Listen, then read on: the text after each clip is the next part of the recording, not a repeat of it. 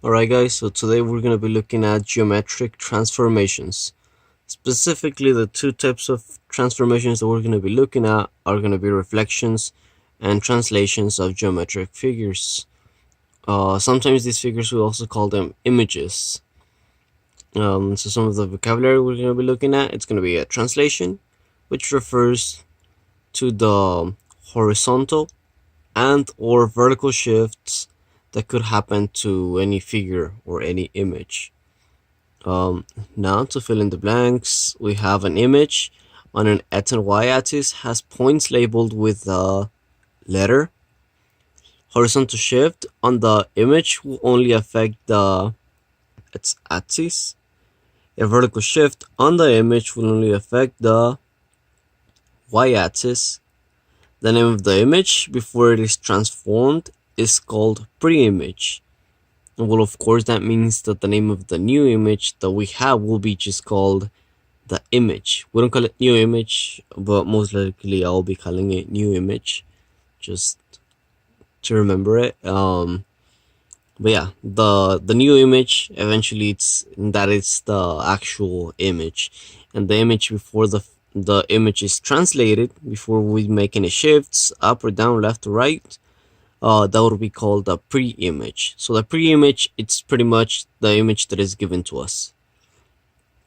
Now some examples I'm going to do down here. So we have the first figure. It's a translation, 5 units left and 2 units down. So let's go to my notebook. Okay, so I'm gonna do the first example, which I drew here. So here, as you can see, my image is labeled image ABCD, and I'm going to be translating this. Again, the problem in your paper, it says 5 units left and 2 units down.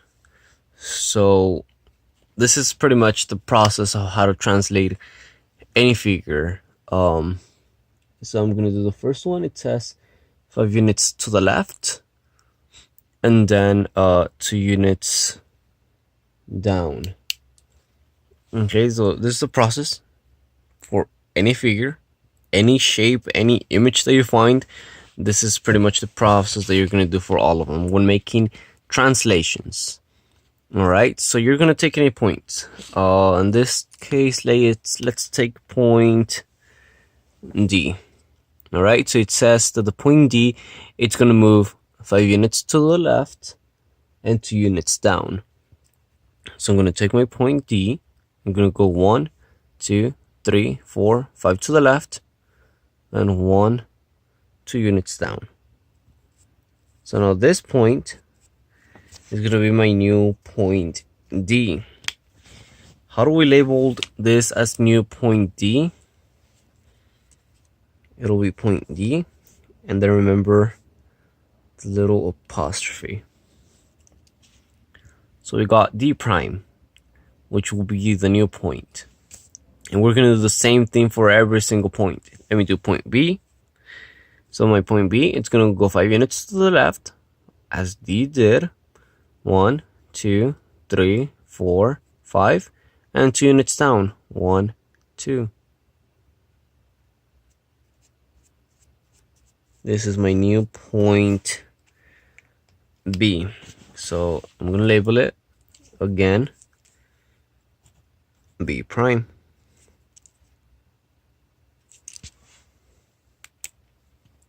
I'm going to keep doing this to every single point.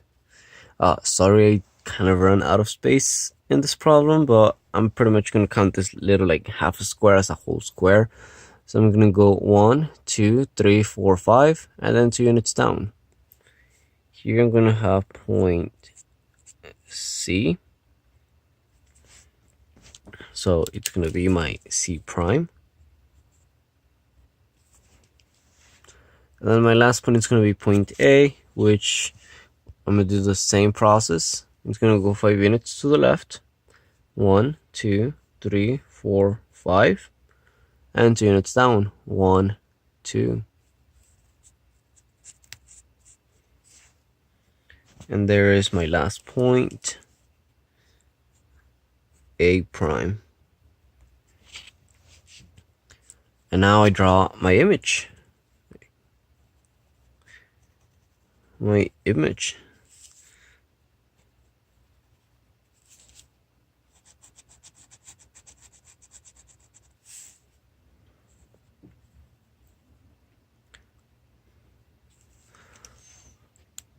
So you have to see that the image didn't change.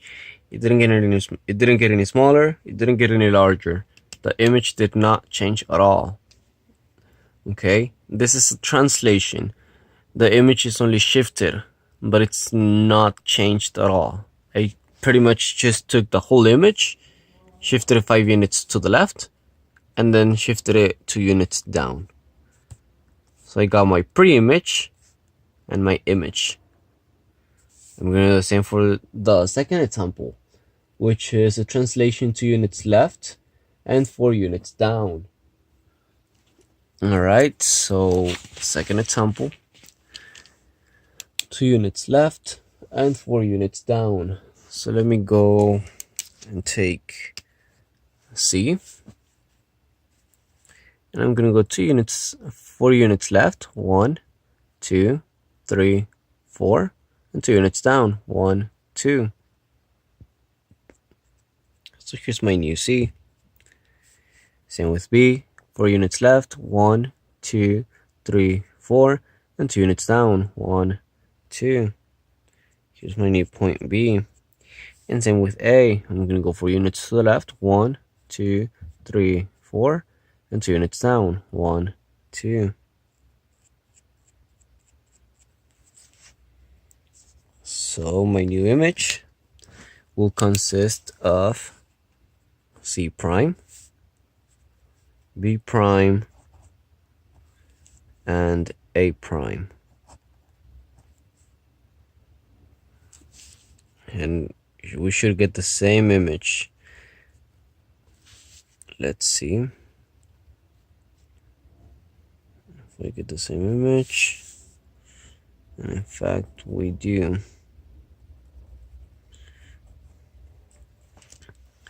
Get the same image from this translation. Again, images, translations, it only shifts the image. Alright, so that's it. That's pretty much how we translate any figures. Now, you do the last example on your paper, but this is pretty much how to do the first 2 examples. Now I want to touch a little bit on the rule for translations. You have rule for translations right after this. And the rule for translation is pretty much how do we look at the translations algebraically, and this is how we look at them. So I just took a general point, a point x, because the first value is my x value, and my point y, because my second value is my point y. So 5 units left, depending on what this number is and whether if it's left or right, it's going to affect the x value, because remember x only moves left to right, and then whatever this value is and whether the units are going up or down, it's going to affect my y value. So going left, that goes to the negatives, that's why I subtracted 5, and going up, that would be positive, that's why I added 2. If it was 5 units to the right, I would add 5 instead of subtracting 5. And if it was 2 units down, I would subtract 2 instead of adding 2. And pretty much that's what we're going to be doing. So I'm going to do example number, I didn't number them, but I'm going to do point A and point C. So my point A, so point A is located at 3, 4. And it's asking me to go 2 units to the right and 4 units up. So my A prime, it's going to take my 3 and it's going to move it 2 units to the right. So 2 units to the right, that would be subtracting 2. Pretty much, I will have A prime to be 3 minus 2. And then to my 4, I have that it moves 4 units up. So 4 units up means adding 4. So my A prime, if I simplify this, will eventually just be 1, 8. That's my new A prime. And that's all you do. Now for C, we have a different scenario on C. It's just asking us to do one shift and not 2, as we have done on all of our previous problems. So we have point C located at 2, 3.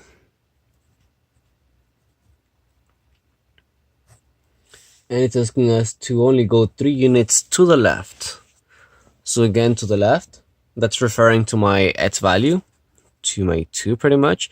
So 3 units to the left will be subtracting 3 from 2.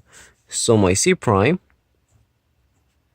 will consist of 3 units to the left, so 2, and then minus the 3 units.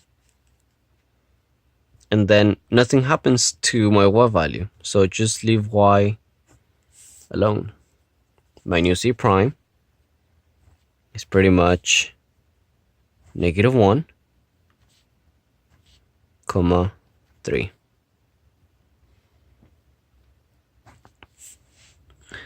And that's it. This is all you do, and this is how you can represent algebraically each of these translations. So pretty much in our examples up here, we can represent each of these translations. You can take point D and express it algebraically, how you went from D to D prime, how you went from C to C prime, how you went from A to A prime, how you went to B, from B to B prime. And now we got now the algebraic process. All right. Now finish the last examples, the last exercises on translations, and then we're going to move on to reflections. Now with reflections, so we have a reflection is a transformation which mirrors an image over a specific axis or line. So now to fill in the blanks, we have images are reflected over an axis or line. Every corresponding point reflected over this axis is the same distance away from the axis. Before reflecting an image, first identify the axis of reflection or line of reflection if you want to. And then the last one, we have images can be reflected point by point. So the same way we translated each point, we can also reflect each point over the line if we're going to get the reflection of the image. Now I'm going to do the first example and the last example. So I'm going to do the first and the last example on my notebook. Okay, so the first example, we want a reflection across the x-axis. So pretty much, if I want to identify my line of reflection or axis of reflection, my x-axis would be my axis of reflection, or my line of reflection, if you may. My x-axis is my line of reflection, and I'm going to be reflecting each of these points across the x-axis. So pretty much, as we were filling in the blank, if you look at bullet point, the last bullet point, wait, no, not the last one, the first bullet point, the second bullet point, it says every corresponding point reflected over this axis is the same distance away from the axis. So let's take a look at point B. So point B and my new B prime, they should be the same distance away from my axis of reflection. So B is 1, 2, 3, 4 units away from my line of reflection. So my B prime, it's going to be 1, 2, 3, 4 units away as well. So here I'm going to have my B prime. Now, how far away is C from my axis of reflection? It's 0 units away. So my C prime will also be 0 units away. How far away is A from my axis of reflection? It's also 0 units away, so my A prime will also be 0 units away. My reflection, it's pretty much done already. And it connects these 2 points and these 2 points.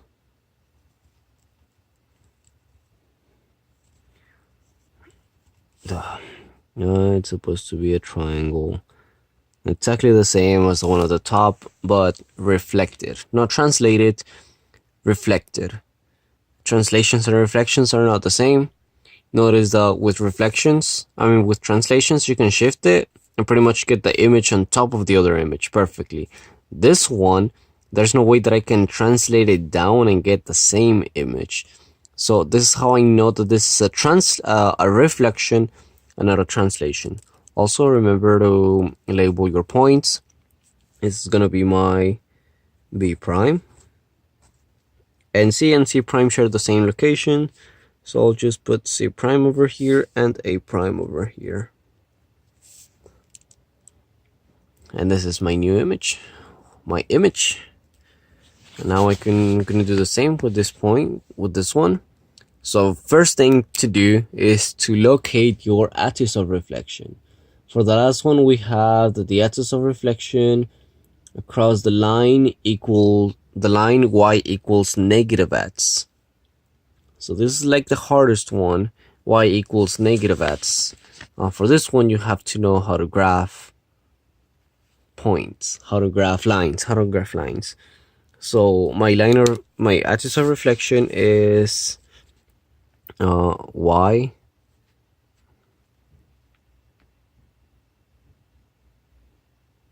equals, sorry, not negative x, positive x.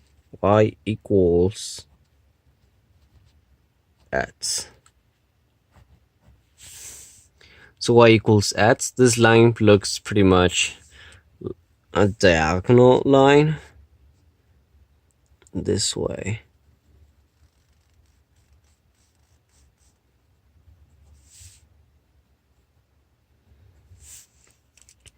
If you remember from when you took algebra, we have we know that lines can be graphed using my y-intercept form. We have y equals mx plus b. In this case, b can be interpreted as 0. So my y-intercept, it's at 0. And then we have my slope, which in this case, we know the slope it's going to be 1. So I go 1 unit over, 1 unit up. From my y-intercept, 1 unit over, 1 unit up, 1 unit over, 1 unit up. And that's how we create this line. All right. So just pretty much remember how to graph lines using the y-intercept form. All right, so, okay, now I got this new axis of reflection. We have to reflect this image over my axis of reflection. So let me just highlight my axis of reflection so that we make it clear that my axis of reflection is the line y equals x. This is my axis of reflection. So to reflect the figure, an image, we said that every point has to be the same distance away from the image, from the axis of reflection. So I'm gonna take point B first. Notice we can do this in several different ways. I have some people that count from B, from being let's see, 1, 2, 3, 4 units away from the line this way. To count B, you can also go from here. You would also go 4 units, but not that way. It'll go 4 units upwards. It'll go 1, 2, 3, 4. So here's going to be your new point B. Wait, I had it too far away from my paper. So okay, so I'm going to do this again. It's going to go 1, 2, 3, 4 units away this way. 1, 2, 3, 4 units away this way. So this is going to be my new B prime. Okay, and this is one way to do it. Okay, so counting this way 4 units, and then if it went 4 units, then you go 4 units upwards. The other way to do it, it's counting them diagonally. So this one, it's 1, 2 units diagonally away from the line, and my B prime should also be 1, 2 units away diagonally. So both of these methods work. You can either go again this way and that way, same amount of units, or you can go diagonally. I personally prefer to go this way and then this way. So point A, it's going to be 1, 2, 3, 4, 5 units away. So I'm going to go 1, 2, 3, 4, 5 units away. So it's going to be my new A prime. Point D, it's 1, 2, 3, 4, 5, 6, 7, 8 units away. So I'm going to go 1, 2, 3, 4, 5, 6, 7, 8. Did I say 9? 9. 9 units away. Wait, 9 units away. This is going to be my point D prime. And my last point is 1, 2, 3, 4, 5 units away. So 1, 2, 3, 4, 5 units away. Hey, did I do something wrong? I did. Point D, it's 1, 2, 3, 4, 5, 6, 7, 8, not 9. So it should have been here, my D prime, not that one. So this is D prime, and this is C prime. So this is my new reflected image.